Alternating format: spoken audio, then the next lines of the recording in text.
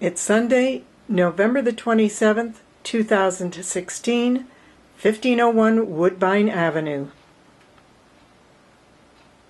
This is a progress report on the balcony and garage work in progress. Loose concrete and brickwork was to be removed from all of the balconies. This is drop number 4. On this drop, all except one of the brickwork balconies or railings has been completely removed. This is patching that's been done on the one remaining balcony on drop number 4. These are areas where concrete has been removed and rebar left exposed. Note the extensive removal of concrete and exposure of rebar next to drop 8.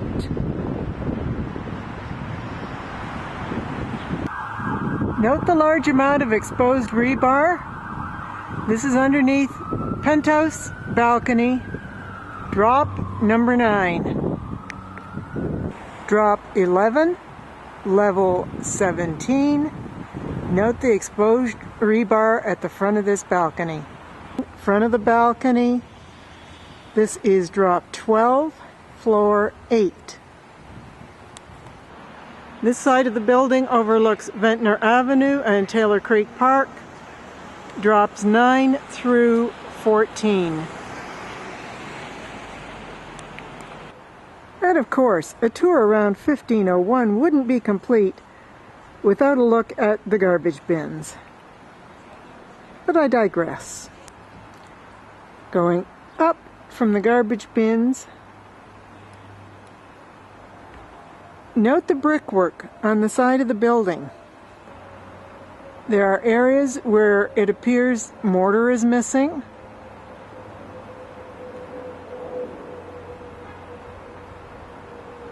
There are areas that are damaged, where brickwork appears loose.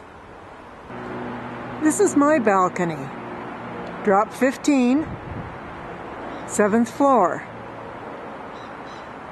Very, very little brickwork on this balcony railing has been touched, yet I have been locked out of balcony access since November the 7th. Drop 17, floors 8 and 9. Note the exposed rebar on the leading edge of the balcony. In fact, the entire balcony railing has been removed from floor number 9. This is the end of the building with drop 3 on the left and drop 4 on the right. And this is what's happening to the brickwork on the penthouse level at that end of the building. Notices were posted on or around August 12th regarding garage repairs and balcony work. These notices are still up, and now I'm going to show you what's been done in the garage. We have large potholes in the concrete flooring, some with exposed rebar, basement and sub-basement. We have crumbling concrete. We have areas where paint is peeling away, exposing not concrete underneath, but wood. One of the residents just asked me to document this. When it rains, the rain comes down from this area and drips down onto his rather lovely, expensive automobile. This loose concrete measures about 1.5 feet across. Take a look at the last support for this overhead pipe. Extensive areas of concrete that have been removed from the ceiling in the sub-basement. exposing the rebar. This patch is about 4 feet long and a couple feet wide. Some patching has been done, but it appears to be still wet. And then there's this area, which I have done video of before. It used to be a piece of plywood hiding this hole. In fact, you can see the remains of the plywood here. Lots of places where concrete has been removed from the ceiling, rebar exposed. This is near parking spot 336. This length of pipe, the pipe itself is approximately 5 inches in diameter,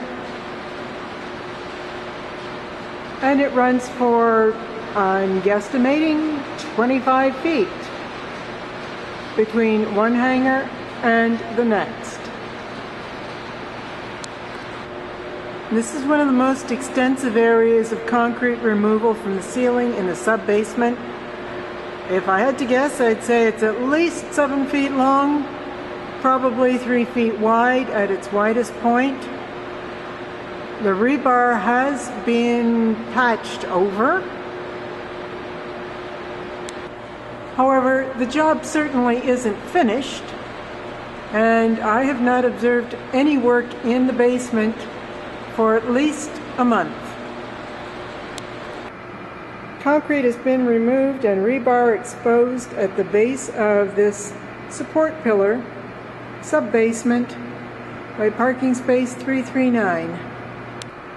I'm not sure what bothers me more, the fact that the work was started in August and we're now at the end of November and it hasn't been completed, or the fact that we are not given regular progress reports or updates on when we can expect this work to be done.